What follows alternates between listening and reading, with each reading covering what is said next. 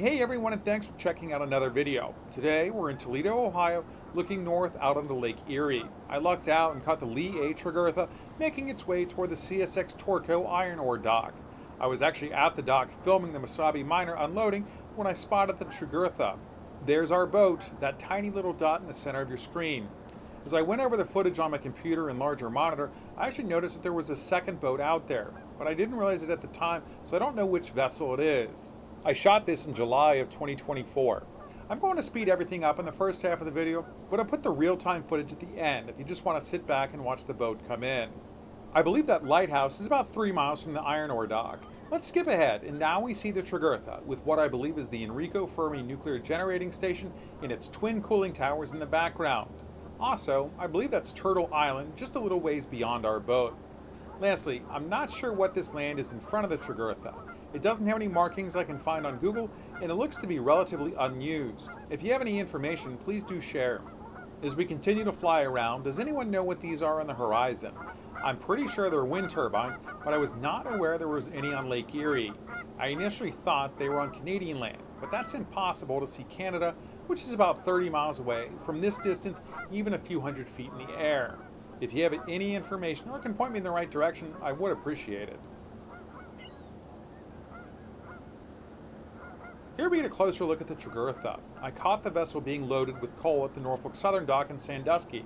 Click here if you want to check that video out. I say it in just about every shipping video, but these pilot house forward designs really are my favorite. I just think they have so much more character than the newer aft house designs. There really is something majestic about these boats as they cut through the Great Lakes.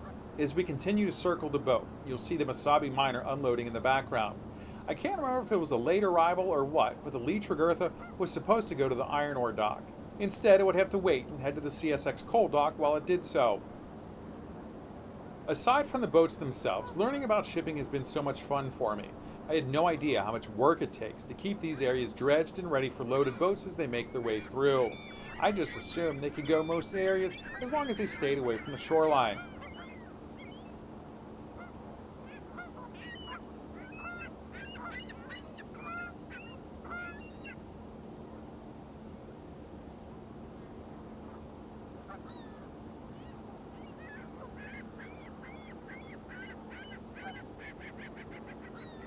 Here we see our boat and the Mesabi miner once more.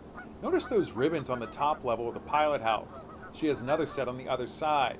Those are from her service in World War II. I'll get to that in just a bit. As we watch the pilot house, I'm curious how much of the steering is still done by hand versus being laid out electronically using GPS like planes do. I'd love to hear more about the controls and how they maneuver these massive boats in the final stretches of their journeys. Here's a bit of history about the Lee A. Tregurtha. It was originally built as a World War II tanker. This picture is provided by the U.S. Navy, originally named the Chihuahua. She was only 501 feet or 152 meters long by 68 feet or 20 meters wide. After her military service career, she was purchased by the Cleveland Cliffs Iron Ore Company. She was lengthened and widened and renamed the Walter A. Sterling. In 1976, she was lengthened again, bringing her up to 826 feet or 251 meters long. After being converted to a self-unloader and receiving bow and stern thrusters, she eventually became part of the Interlake Steamship Company.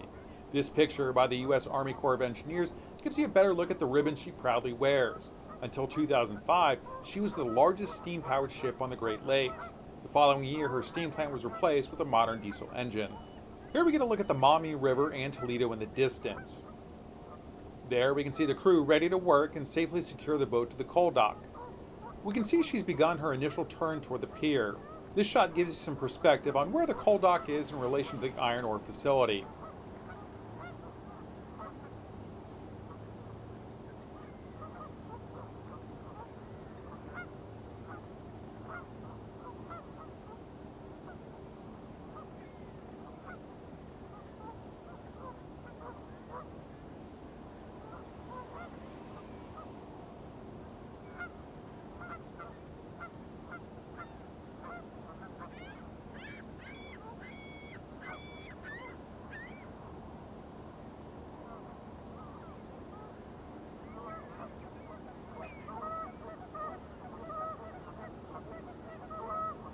As it inches closer to shore, this is about the funnest way I can imagine to get onto land. Let's watch as another crew member takes the plunge.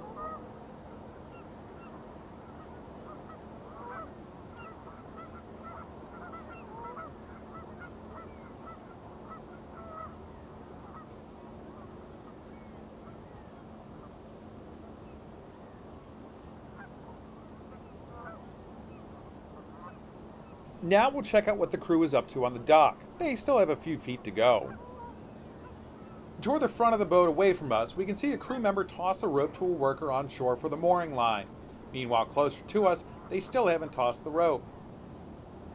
It looks like a new worker is set to join the crew. He got out of the car on the dock. There we see him toss over the rope. I needed to get going though, so we had to say goodbye to our boat. I hope you enjoyed watching it come into the dock.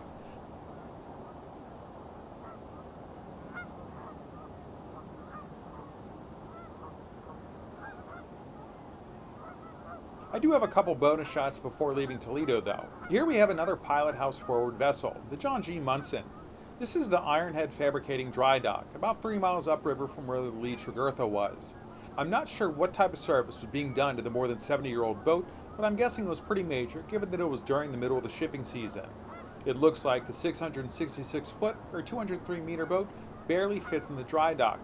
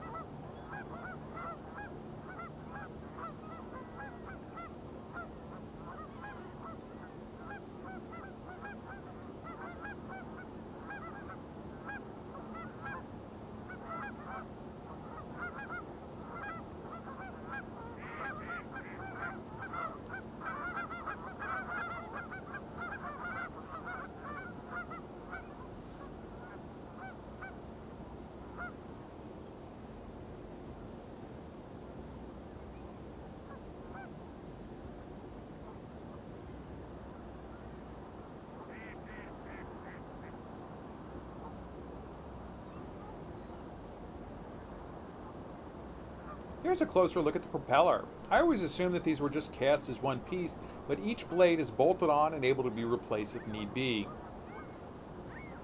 Well, that does it for this trip. These videos really are so much fun to record for me. I love seeing these boats out on the water. If you enjoyed the video, I certainly would appreciate it if you hit that like button. Until our next trip, I hope you have a great day.